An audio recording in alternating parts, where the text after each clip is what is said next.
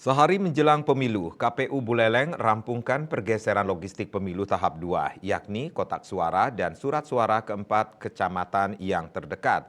Selain itu, KPU juga melakukan pemusnahan surat suara rusak.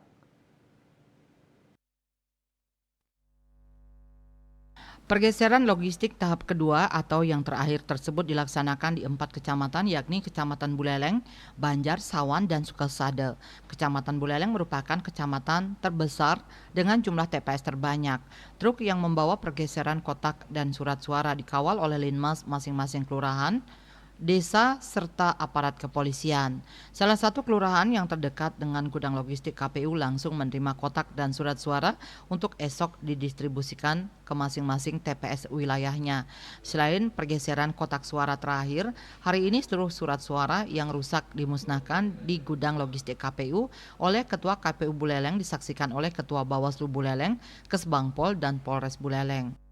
Ya, tadi yang sudah kita lakukan, yang rusak itu kerjanya robek ya, ada yang robek, ada yang lobang, jadi ada yang tintanya itu kabur ya, itu jadi kriteria yang rusak.